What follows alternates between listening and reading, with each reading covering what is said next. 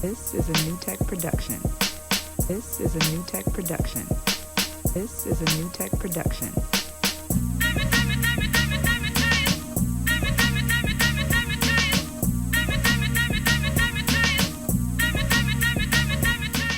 I'm high as Bob Marley, getting coked up. Not hardly cause the shit I puff and stuff at the peep dope. Up on the ski slope to make your knobs bang the boogie to the up jump. Bitch, don't wait till the... What's good, everybody? I want to welcome you all to episode 10 of the Oddcast Podcast. I'm your host, Gary Gnu. And I'm your co-host, DJ Black Hurricane. And today, we're going to be talking about one of my most favorite MC of all time, in my opinion. You know what I mean? Straight out of Newark, New Jersey. You know what I mean? Goes by the government name of Reginald Noble. You know what I mean? And his name is REDMAN. And that's what we're going to be talking about today. You know what I mean? Famous REDMAN. He started out in 1990. Hardcore on the 1990 album EP10, Business as Usual. Ever since then, he's been ripping shit up. Came out in 92.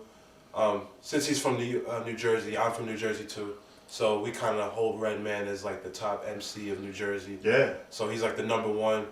You know, you had Wise Intelligent come around the same time, but Wise Intelligent, he was more about the political stuff. But if we're gonna talk about pure MCing, bars. REDMAN, like bars for days, punchlines, just going out all out on the mic. REDMAN, he was that number one dude in New Jersey. Yeah, man. I think, to me, man, I was saying this earlier. I think REDMAN had one of the best careers in hip hop because he had such a long run. 3 classic albums, I would say. Some might say more, but I would say he at least had 3 strong classic albums. But when I say that he had the best career is because he was able to be underground, be that underground MC, gritty MC, be able to dip into Hollywood, do some films, do some movies, you know what I mean? Came out with How High and all that with Meth, and still be respected in the streets and still be looked at as a relevant contributor to the culture, man. You know what I mean? I think REDMAN,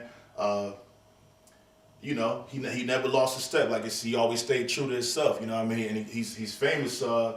That episode on Cribs, man, it's probably the most. Yeah, it's MTV Cribs. Probably the most memorable episode. Was that his cousin on the floor? Was just sleeping? Like he was not. He was. Yeah, his cousin or his homeboy, his son was on the floor asleep. He had the doorbell. He had to rub the wires together for it to work. Because I know REDMAN, he used to say that most of those cribs on those TV shows, they were like bought out and they were rented just for that episode, for that episode. Because rappers, they weren't really making that much money that they can afford a big mansion like that. So what these producers would do is they'll sell them a house. But REDMAN was like, nah, if we're gonna do it, we're gonna do it the real way. Real crib. Look at the real crib. So he went up to that wasn't his crib, it was mom's crib, or was it? No, that was his crib. Okay, that was his crib. Okay, it was his crib. That was his crib. And he was like, this is where I am. Studio in there. Yeah, he was like, this is where I am. It's like his layout. It's like, this is my cousin on the floor slump. You know what I'm saying? So yeah, that's real REDMAN.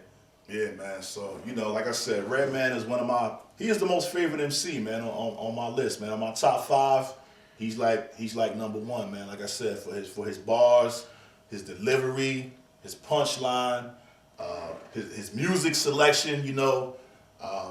Funkadelic is one of my is the group that I really appreciated growing up.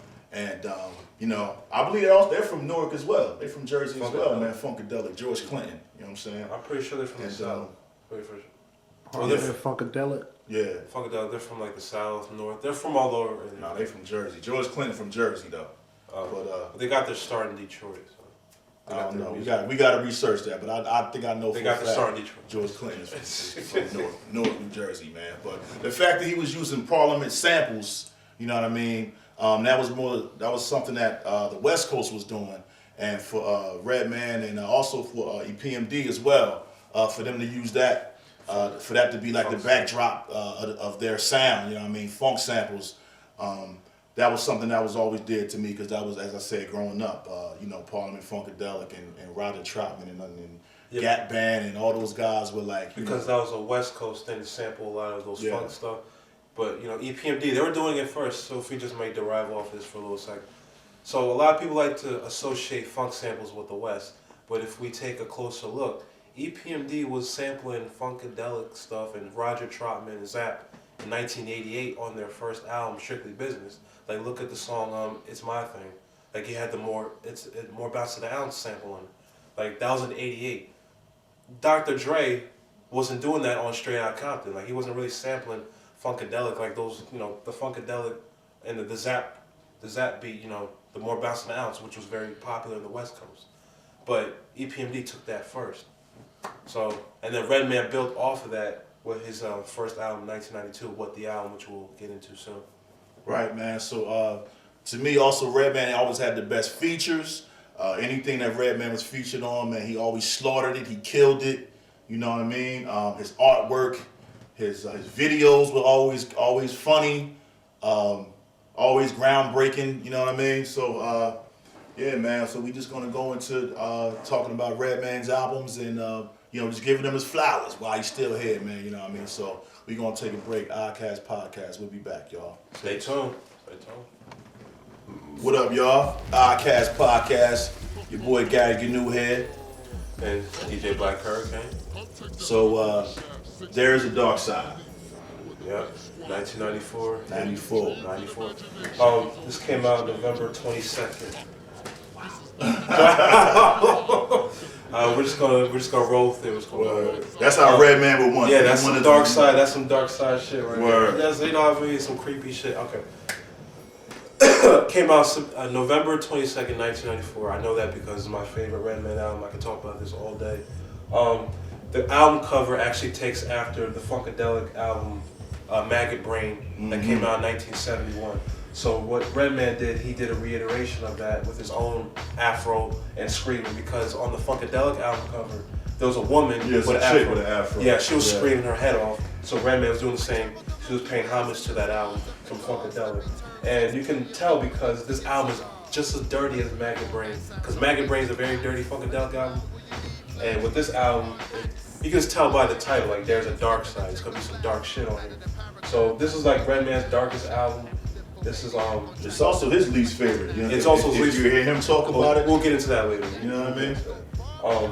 So you had Rockefeller on here. You had I like Bobby Head to this. That's my probably one of my favorites. Yeah, from the start. Green Island, Slide Rock and Roll, that song. Slide and Rock on. Slide and Rock on. Superman Lover 2, like Superman Lover 2 is probably like my favorite in the series. Just the beat alone. It's like a very smooth riding beat. It's very nice. Got the Ricky Bell sample. Yeah, got the Ricky Bells. And this is when Redman started to make his own beats. I don't want to take up, I just like the album so much. But I think he produced a lot of it. Yeah. He produced a lot of the shit. This was also came out, prior to this, it came out during the Month of the Man promo between him and Method Man. At the time, Def Jam was trying to put out Redman and Method Man at the same time, so what they kind of did was pair the two of them up. You know what I mean? I'm talking about Method Man from Wu-Tang, for those that don't know. Paired these two guys up and called this promo run Month of the Man. So actually, they came down to my school also. This is the first time I saw these guys walking around my campus, man. They came down to do a show, and we saw them perform, and they tore the shit up. But soon after that, but this was Method Man's album came out around the same time, right? Tikal, yeah. They came out the same month, like in the same week. Yeah, now neither one of them were featured on each other's albums. Later on, they went on to do How High, but because they were still like freshly new at the time. Yeah. They still had one album out, so. But they had a chemistry, man, because it could have been a case where these two guys got together and they didn't like each other. They didn't fucking gel. They didn't collab well, but it worked out for the better because the two of them went on to both had prominent careers and recorded albums together and movies together and shit like that. But there's a dark side, man. I also heard that for him, back to the cover, he wanted to ride somewhere.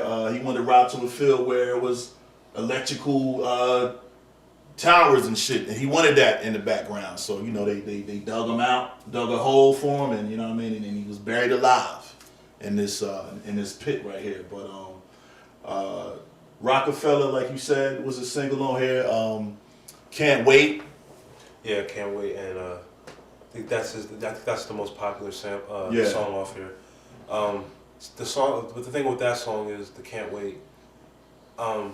With the Bob James sample, I think there was like controversy with the sample, like he couldn't really use it, something like that. Yeah. He had trouble clearing it. If I'm not mistaken, but that sample, the Bob James thing, and he had the whole infamous Bruce Lee line, which was Switching speeds like Bruce Lee riding a Fuji in a movie. I heard that line back when like when I was 15. Back when I first heard this album, I was 15 years old.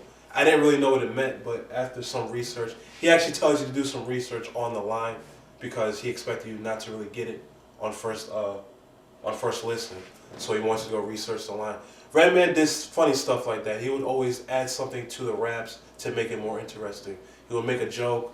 He would have skits that would, like over the top and funny. So he was like the 90s Biz Markie, but he was like more lyrical, and his production was like, it was just different.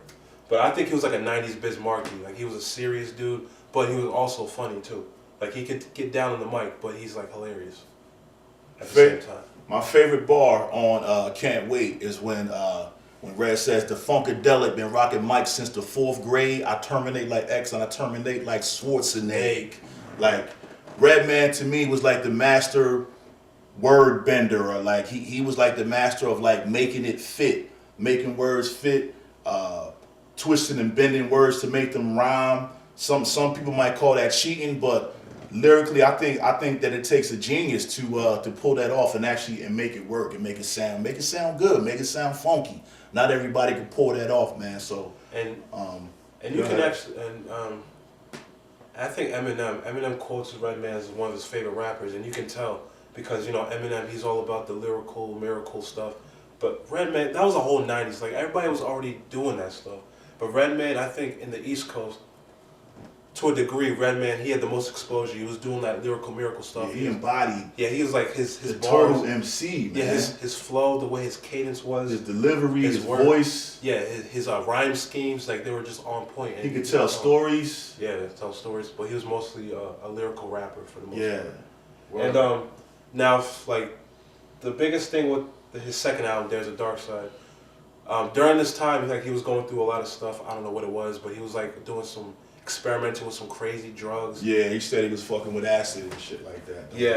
And it actually turns out that like this is one of his least favorite albums, but I just can't get behind it. Yeah, he said this album's for the weirdos. Like, and I'm like, I don't know, man. This is one of his illest bodies. It's one of his illest bodies of work. I think it's his best. I think it's his best because I think the best music musicians make is when they're under so much like internal stress and internal conflict. It was definitely a step up from what the album. Yeah. It was more mature and darker, so.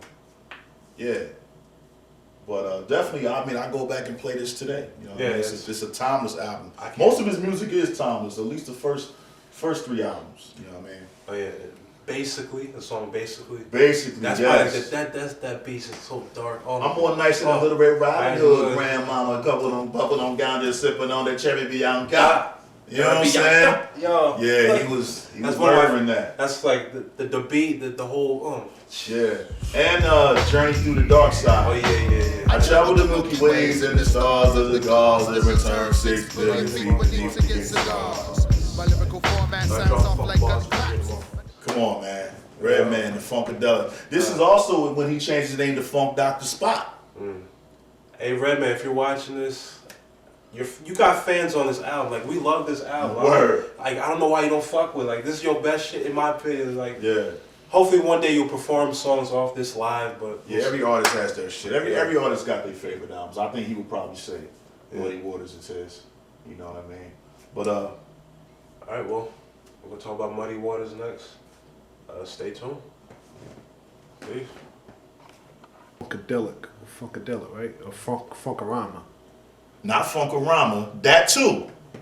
Those were 3 songs that weren't on albums and shit, on his albums, but when them shits was big though. Yeah. Funkarama, I Get Down Like That, and the fucking, the joint from the New Jersey Drive soundtrack, I forget the name of that song. Watch out, I run New Jersey. The type of shit that leave your vision blurred. Remember New Jersey Drive soundtrack? Yeah. I was talking about that earlier, man. How that fucking soundtrack was bigger than the movie. Remember? Yeah, That shit had Smith and Wesson, had Zane Ready for the shit. We got all that on there. Yeah, a lot of heat. Yeah, but in between Darkside and Muddy Waters is when he put out that I Gets Down Like That and that Jersey Drive soundtrack joint. I think Funkorama came after Muddy Waters and shit, you know what I mean? But what's good? Let's talk about Muddy Waters. Let's vibe to Redman's new show, Funkorama, on 88.9 WFDS, El Sabor de la Ciudad. Yeah.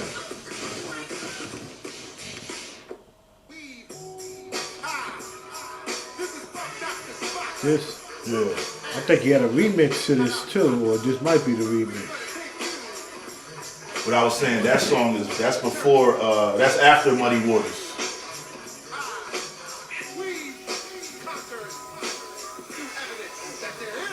Yeah, that was like a treat, man, right there. That was like a fucking Scooby snack for niggas when you tried that. Cause I'm like, what was that on?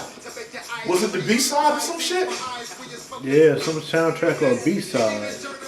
But when he dropped this video and shit, man, I also was saying how in Tonight's the Night video, how he had the big North Face. Everybody wanted that big North Face. And in that video, remember the bear gooses, the bear coats? Yeah. He made everybody want them bear coats, man. Hey, what's good, everybody? We are back. Episode 10 of the Oddcast Podcast, Redman Edition, and Muddy Waters. Muddy Waters, 1996. Oh, man. Right after Darkside. This was probably one of Redman's most famous, probably everybody's favorite Redman album. You know, the cover work, you can see, you'll notice like a more chiseled Redman on this joint. It was like, you could tell Redman was in the gym. It was like, he made like a transformation on this one, you know what I'm saying? Because the beats, his bars, everything was like stepped up a notch from Darkside, you know what I mean? He's not Darkside Redman. It's like now he's just like he's solid. He's back to normal, like from the What The album. Like he Yeah. returned to that, like he returned to that fun demeanor that he had on What But The better, album. like it But was better, like, it was more polished. Yeah, more polished. He was more older, he was more mature, he knew the business more. Yeah. And what you have is like a better product. It's like a step up from, I want to say it's a step up from Darkside because there's a comparison. Like in the hip hop community, what people would often do is they'll compare Darkside and Muddy Waters. They'll pin those two albums together, and they'll say, okay, which one's the best Redman album? Because usually those two albums get called out as the best ones in the discography. I'm gonna say Muddy. I think Darkside. See, this is where we differ because I say Muddy. Okay, so let's talk about Dark. We'll address that at the end. Why I like Yeah. Darkside more. But Muddy Waters, what singles that we had off of that? Whatever Man. Whatever Man. The video, I remember that was bonkers. You know what I mean? Eric Sermon on production. Yeah.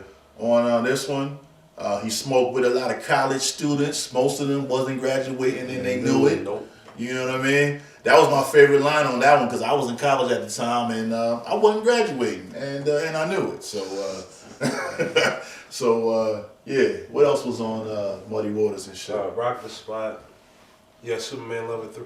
Actually, I did say Superman Lover 2 was my favorite, but Superman Lover 3. It's like a Doesn't toss-up. the beat change? This is when he does the One Love. Yeah, the beat changes to the Tom Tom Club sample at the end. You got the One Love in the beginning of Superman Lover 3. Yeah. And then it switches to that little funk bass line. But yeah, that was probably my favorite. That's what he brings in. That's when he fucked Jane, right? Yeah. On that one? Yeah, on that story. J to the A to the N to the E. Yeah. Yeah, the funny thing though, some of them Superman Lover joints wasn't the chick a tranny or some shit in there?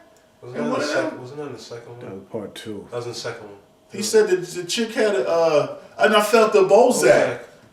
Well, That was the first one. pretty sure it was the second. That was the first one. No, the second one was when she had the spaceships and all that. Okay. You're right. But the Superman Lover dude. Okay, the third Remember one. that He was one? flying through the motherfucker. Okay, yeah. Yeah. Okay. But the first one, yeah, he said if he felt the Bozak. Why do I want to say that was the first one? That was we the should first know one. this. I said it was the first one. Okay. I know it was. But anyway, Superman Lover 3, man, it's probably the best one out my favorite. I won't say the best, but in my opinion, it was my favorite joint on there. You know what I mean? You also had "Do What You Feel" featuring Method Man, which I think that Redman destroyed Method Man on that joint. What you think about that? I think Method Man got it. You think Method Man got Red on "Do What You Feel"? I think it's a toss. Suck my dick out of animosity. Why would you use that line? I'm just saying that was just, that was an ill line, man. He was just killing that joint, man. Redman murdered Meth on that one. I think Redman destroyed Meth on he that let him joint, get the man. first and the last verse and still murdered him. He said the kid with the black leather, name tag saying caution wet by the track weather. I can see. He was killing them. My girl did grimy shit to me and I went back with her. Alright. Meth, what the Meth said from those that lines, was like memorable, like from those brilliant lines. But this was an argument that I always had with people, man. That at the time, my friends from New York, they would swear Meth was the best, and I used to be like, no, Redman. I think now that we could look back, and now it's 2019. If we look back over it, Redman destroyed Meth, man, every time. I'm sorry. Method Man had his moment. I mean, in my opinion. No, that's fine. But yeah, because Redman, he was more of a lyrical rapper. Method Man, he had that. Method Man's lyrical. He had that Wu-Tang. He's a lyrical motherfucker. But he had that Wu-Tang slang that not everybody understood. That Wu-Tang slang. Yeah, but I'm just saying, man. Redman was. I just remember the argument. Cats used to say that Meth was better than. Am I right or wrong? Yeah. And you being from Jersey, I know you like. Come on, son. You went to school with New York cats, so I know that you had to defend Red because you know the NY cats was like, nah, Meth killing Red. Yeah, when I was in Providence, before the month of the man, niggas was telling me, oh yeah, Meth Man, I'm gonna be way better. Fuck Red, blah, blah, blah, blah. Mm-hmm. I'm from Jersey, so I had to represent. Right. Then after we went back from break, came back to school, the nigga walked up to me like, yo, son, I want to apologize. Now what album were they comparing? What time was Muddy Frank Water and DeKalb. Between Muddy Waters and DeKalb? Not Muddy Water, there's Darkside. Oh, I was about to say, yeah, Darkside. Yeah, Darkside destroyed DeKalb. DeKalb. Yeah, Darkside was way better. Destroyed DeKalb. But- Come on. Alright, so you want to talk about why I think Darkside is better than Muddy Waters? So you want to defend your case for why Muddy Waters is better than Darkside? I mean, whatever, but I think Muddy Waters is better than Darkside. Well, man. see, the thing is, I say this all the time, but I like darker production. I like just hard, grimy. You had some of that on Muddy Waters, but you could tell the industry was getting a little bit more cleaner. Commercialized hip hop was getting more pushed to the forefront because during the mid-90s, that's when the industry started to take a turn and money started to get involved. And you had the shiny suit era coming in. And Redman, his sound started to shift towards that, not completely, but it started to veer towards that direction. So that's why. No. Yes, it did, man. When did Redman ever veer towards the shiny suit era? He didn't go into it, but the sound, like the sample, like the common samples that. On Muddy Waters, he did that. Yeah, I mean, he did that with the Mary Jane song. He didn't do that. The Mary Jane song. The Mary Jane I don't agree with that statement. I agree. No, I don't agree with that. Because his sample. I just think that Muddy Waters, his production was just getting a little bit too clean for my taste. I still like it. It's a classic album. But there's a dark side. I just vibe with it more because Redman, he was going through shit, and like when artists go through stuff, sometimes they put out the best stuff that they ever put out because through pain comes creativity. So I associate that with There's a Dark Side more. And I just think it's a better album for Redman. And plus he was doing more beats on There's a Dark Side. Muddy Waters, Eric Sermon, he got back on the boards helping him out. And I think the beats on Muddy Waters was way better than Darkside. I mean, Darkside did have funky They're different beats, styles. but I think the musically, like I said, his bars, Redman's execution, that was like the perfect rap album. It was nothing like it's perfect. I think like from start to finish, man. The skits, everything on there was just. I don't know, man. I mean, they're drastically different sounding albums. Yeah, they are. Because, There's a Dark Side. You could tell all the dark. You could tell it was just the mastering wasn't really that great.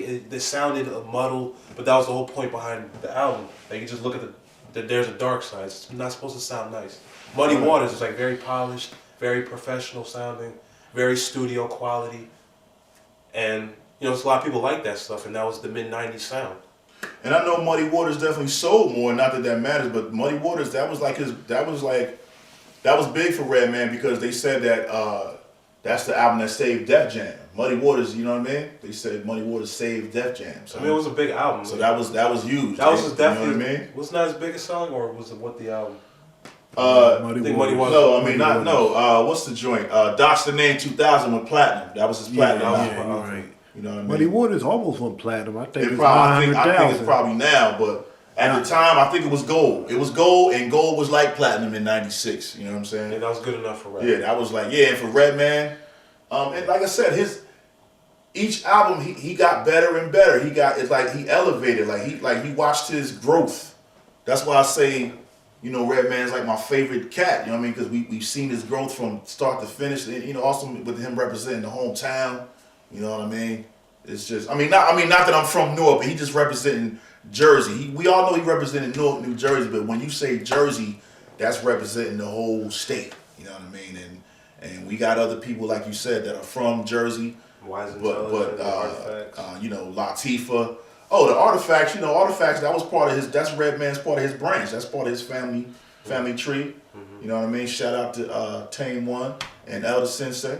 Didn't one pass away recently? No.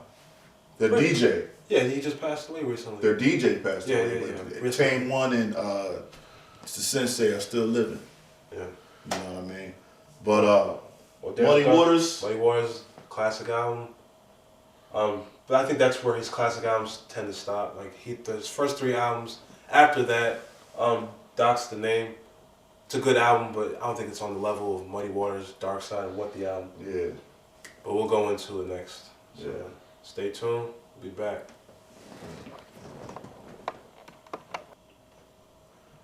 What's good, everybody? Welcome back to the iCast Podcast, episode 10. Talking about my favorite MC in the world, Redman. You know what I mean? So the last album that we're going to talk about is Doc's the Name.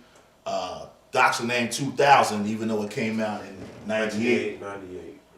Still called it Doc 2000. Now, this was his 4th album, and some would say that it was this is where Redman started to kind of plateau a little bit. But this was Redman's first platinum album. This album went platinum, you know what I mean? And it also set a precedent, you know what I mean? I think, and that was a milestone in Redman's career because he's always been the pothead, weed smoking rapper, and it was very rare for a rapper that talked about those kind of things to sell records like that. So I think that was a big accomplishment, you know what I mean? But Doc's the Name, Redman definitely changed up the flow. It was kind of a precursor to the Millennium era with all the digital 3D effects and all that kind of shit that he was incorporating in his videos and like in his artwork. If anybody knows Redman's, that he always got his mascot, the little dude with the blunt in his mouth and the Scully with a baby carriage on 4 wheels. Yeah, the baby. Anyway, that guy is he on this album. He's like all digital now and shit. You know what I mean? If you can, I'll show a picture on the screen and shit. But I think even with all that going on, I still think that this was a solid project. You know what I mean? Yeah. You had I Be That was like the lead single on there, and had the Redman always say he always like a fat chick, man. So you had the scene in there where he's like working out with the fat girls and shit like that. Yeah, she was riding a bike on the street, and then the famous scene where talk about that, man. It's probably my favorite thing about hip hop, yo. So you got a girl, she's riding her bike down the street. All the dudes is trying to holler, looking at her. Yeah, everybody like freezes and shit. Freezes. And then, she was waving back at her, and then she just like flips over a car because she's riding her bike, but her attention's not in front of her. She's looking to the side, and then she just rumps her ass over the fucking car. Fucking flips over the car, breaks the window, the music stops. And then they start laughing at her and shit. That was Redman. That was more the Redman humor. Like it came out more in this album. It started in Muddy Waters, but then like it blossomed and Doc's the Name. Yeah. So, it's funny. What else do we have on here, man? That song with Busta Rhymes. You had a song with Busta Rhymes. That's right, man. The goodness. You know what I mean? At the same time, Busta Rhymes, this is at the height of Busta Rhymes' career. He was on fire. So anything Busta Rhymes touched or anything Redman touched at this time, this is when radio play was everything. So these were guys that were on Hot 97 constantly, man. Like Hot 97 had all of this shit in rotation, man. Redman, Flip Mode, Hit Squad, Busta Rhymes, Flip Mode. They were all hot. And Keith Murray, you know, all of that shit, man. Everybody, it was like, you know. But like I said, this was a good album, man, to me, man. But like I said, some people might argue and say that it wasn't. You know what I mean? What's your take on? It's a Doc's the name. It's a toss up. I mean, I tend not to really go back to this album because I just. What stands out on it to you though? If anything, can you remember anything? I remember the singles. I remember of course, I remember the singles the most, like The Goodness and all that. But other than that, there's nothing really I can remember about it. But the only thing that really stands out to me is just that scene in that video, and I'll be that. It's just so funny. Let the monkey out. Come on. The monkey out, yeah. Get it live. You had production. He had the Neptunes on here producing. I don't care. You know what I mean? He had joints on here. Method Man, Will I Write Y'all? You know what I mean? Superman. Now, one thing I can say, Redman, you kind of cheated us on Superman Level 4, yo. You know what I mean? Anybody remember that? Yeah, I remember that. It was, he kind of cut it short, man. It was when he was like sitting in court or something, and he kind of cut it short, like I said, man. It was a cliffhanger though, right? Yeah. It was a cliffhanger for the film. Yeah. But kind of cheated us on there, man. But the last song in here, I Got a Secret, was a joint that he did with Ronnie Size. You remember that? The last song on there? I Got a Secret. Ronnie Size. Yeah. What was it about? Drum and bass. Yeah. Had the drum and bass track in there. He was like murdering that shit, man. Do you know what I'm talking about? Feel what I feel, see what I see, son. Break your neck. Switch your flow up. Change the sketch. Yeah. Shout out Santa, got more tunes in Hanna-Barbera. You know what I'm saying? That joint was fire on there. I Got a Secret, man. Yeah, man, get it live. If this pussy nigga can't get it live, get him the fuck out and let Doc take the job. Yeah, this album was fire. Had joints on there. You know what I mean? You know what I mean? Like I said, Redman being my favorite rapper, being my favorite MC. Yeah. You can't do no wrong, He has a clear bias. Because I'm so biased towards the first three albums. I mean, I like I like Doc's the name. But it's just, I listened to it probably 5 times. What? Yeah, 5 times. Like I know. Well, then you can't even review this shit. It's okay. 5 times. It's okay. It's just don't. I'm just saying, I don't digesting this shit. I just don't really know what to say about it. It's like, you know it's just an album that I go back to. Him being my favorite, you know what I mean? Like I said, man, everything up here, I've like taken in and know front to back, man. You know what I mean? You know, when you're your favorite MC, that's just what you do. Like I said, he can't do no wrong. Can't do no wrong to me. Like I said, him be my favorite MC. What about after Doc's the name? You mean you can't do no wrong? After Doc's the name. What about afterwards? Oh, Malpractice?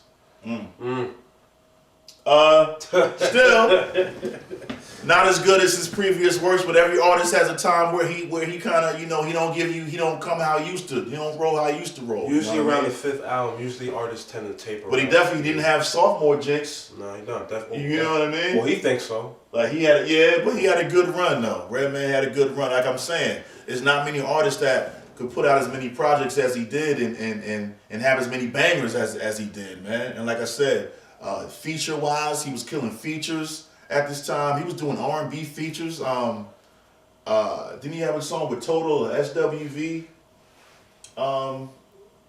back in the day? Can anybody remember? He was talking about the tolls or some shit. You know what I mean? I think it was SWV, man. Was it a big song? Was it a hit? Oh, then he had to join with Montel Jordan, something for the honeys. Yeah.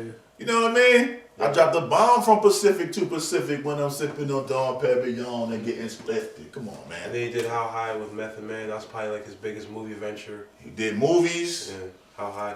And I just don't like how he's not in How High too. Yeah, that sucks, man. You gotta put Meth and Redman in the movie. You just can't have Lil Yachty. Like, he doesn't smoke. Lil Yachty and DC Young Fly. And this generation is not even in the weed. They're into pills and stuff. I don't know know. anything about that. Yeah, I don't know, man. That's like coming out with like I don't know, G.I. Joe and not having fucking, you know, Cobra Commander and this shit, or I don't know, just not having Transformers without Optimus Prime. Like, what the fuck? Like, huh? You can't do it. Can't do that. But you can't have a franchise without the builders of the franchise. I pray the movie does okay, but I'm just not going to support it. You need to put the two people that made the movie in it. You just can't have two new. That was some Hollywood shit, though. That was some Hollywood There's shit. always politics. Because they've been talking about Ha Ha 2 for forever. You know what I mean? Just like Redman been talking about doing this Muddy Waters 2 forever. Let's talk about that for a minute. Yeah, what's going on? So it's just like the Detox album. Like, yeah. Like they keep talking about, yo, when's it gonna come out? When's it gonna come out? How long has Redman been talking about Muddy Waters 2? Nothing against you, Red. You know nothing against you. But please. But there is talk. I did hear that there is talk of him working back with Eric Sermon again. So hopefully, hopefully it could be the same. They gotta recapture that lightning in the bottle, man. Yeah, that lightning in the bottle. That is hard. That is hard. You know, after you grown, you have children. They're way too. You have a life. The 90s is way. Let alone you got a wife at home, man. You know, it's hard, man. Cats is getting up there in age, man. You know, you can't do the things that you do when you were younger. You know we all wish that the producers from the 90s can go back to that sound, but it's just never gonna happen. So we just gotta put up with what they put out nowadays. Yeah. And of course, it's not that. They're not gonna sample 1 billion records like they used to because we got legal stuff out here nowadays. Yeah. So I just hope that if Redman does come back with Eric Sermon, they can at least put together a good project. Just one more piece, man. Eric Sermon had a hot album like this year. He came out with an album. He did. I still gotta check it out. I forget the name of it, man. Oh my gosh. We talked about it on one of our previous shows, man. Right now, it escapes me, man. Yeah, so hopefully Muddy Waters 2 does come out. That's the only thing. Right. And hopefully How High 3 or some shit comes out with them in it, or a remake, or just scrap that How High 2 shit and just please. And just put Red and Meth in that joint, man. Blackout 3 was just a bad idea. Oh yeah, Blackout 3. Do we want to hear? I would like to hear Blackout 3. Blackout 1 was a classic. You know what I mean, with Red and Meth. Blackout 2 was okay. It had some moments on there, but Blackout 1 was like that was a classic. That was a classic to me. But we got I like how they had RZA and Eric Sermon collabing, you know what I mean? Production wise. You know? But Redman had a good career, man, you know what I mean? I think overall. I think he's one of the best rappers in New Jersey. One of the best to do it. And maintain himself, stay true to himself. I don't think he put New Jersey on the map, but he definitely elevated New Jersey, right? He definitely made New Jersey a name. I'll say he put Jersey on the map. Well, he helped he was a strong carrier of the torch, man. Like you said, he made people respect New Jersey. It's not like Jersey didn't have his respect. Like I said, we had Latifah, we had Naughty by Nature, Chill Rob G, Apache. Am I forgetting somebody? Wise Intelligent. No, I can't forget Wise Intelligent, Poor Righteous Teachers. YZ. We've had artists come out from Jersey. Oh, even Ice-T was originally from New Jersey. Yeah, he knew too. But just the way that Redman would just constantly talk about New Jersey and talk about the George Washington Bridge and the Verizon, naming streets in his hood. You know what I mean? Just like and you know what I mean? He was so close to home with it. You know what I'm saying? So that's what made me really love Redman, because none of those rappers ever did that. You know what I mean? He was like a home team rapper. Like he was for the home. You know. Yeah. So we had to support him. So he had a lot of respect. A lot of respect from other rappers. Definitely. Yeah. Also, he's good friends with Do It All from what are those guys? Lords of the Underground. He was their DJ. Right. He was a DJ he started out as a DJ for Lords of the Underground. Oh, for real? And he met the way Redman got on was because he was at a club. He said that MC Light was supposed to be performing, but she canceled, so EPMD came. And he somehow got backstage with EPMD, and they were supposed to rhyme for Eric and Parrish. Dude All, and then was rhyming or whatever, but they liked Redman when he flipped his verse, and they called him on stage to rhyme with them, and he said he was on since then. But he started out, he was the DJ. That's what I'm saying. He's a rapper, he's a producer, he's a DJ, actor. So it seems like he was a DJ first. Yeah, he was a DJ first before an MC.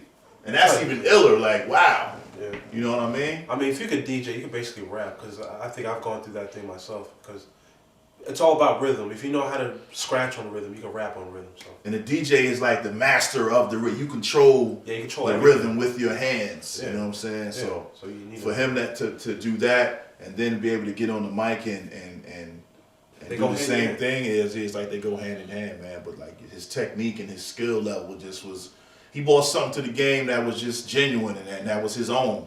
And if you hear anybody trying to do it, you know that you would say, he biting Redman. You know what I mean? He trying to do Redman style. But nobody bends words like Redman to me. So he will always be that lyrical miracle guy for me. And if you just want straight bars, because I don't think Redman, his strengths are in bars, not really in concept rap. Because you don't really hear him talking about like meaningful political song. That song that we heard earlier, the Black Man in America song. Yeah. Like he cleaned up in the third verse. The third verse, but the first two, he just couldn't help. He just couldn't help himself. He couldn't help and drop them bars. He's addicted to spitting bars. Yeah, he's always. And but the third verse, he actually. You know what we're talking about? Yeah, Black Man in America, new record, Redman. Yeah, so I love the record, man. It's just we were just making that observation, like He's still he can't get enough of them bars, man. But the third verse, he came through with the actual political commentaries. Yeah. But yeah, so Redman's probably one of the top. He's definitely a legend, New Jersey legend. Should be in everybody's top 5. He definitely in my top 5. He's in my top 10, I would say. Number 1 to me. You know what I mean? But yeah, man. I hope you enjoyed. You know what I mean? I tribute to Redman, you know what I mean? Like I said, just paying homage to the Jersey bred MC, you know what I mean? So anything you wanna add on to before we wrap things up? If you want to get into Redman's discography, I would start off with probably What the Album, and I'll probably just go up from there. I think it's a good discography to start at the first album, because some discographies you don't really start the first album because they might not have been experienced. They might have produced better stuff later on. I like Redman from scratch. Yeah, Redman's stuff was already good from the jump. So yeah, I would start with What the Album and go up from there. So, yeah. Word. Don't forget to follow us on YouTube. New Tech presents the iCast podcast. Follow us on the gram at the iCast. You can follow me on the gram at Mr. Gary Gnu on IG. You know what I mean? And my personal is at DJ Black Hurricane on Instagram. So yeah, man. So drop some likes and drop some comments and continue to watch us, y'all. Thanks, y'all. You know what I mean? But we out of here. We'll be back with another one soon. Word out. Stay tuned. Deuce heads. Peace. Have a nice day. Blast your ass to my scowl.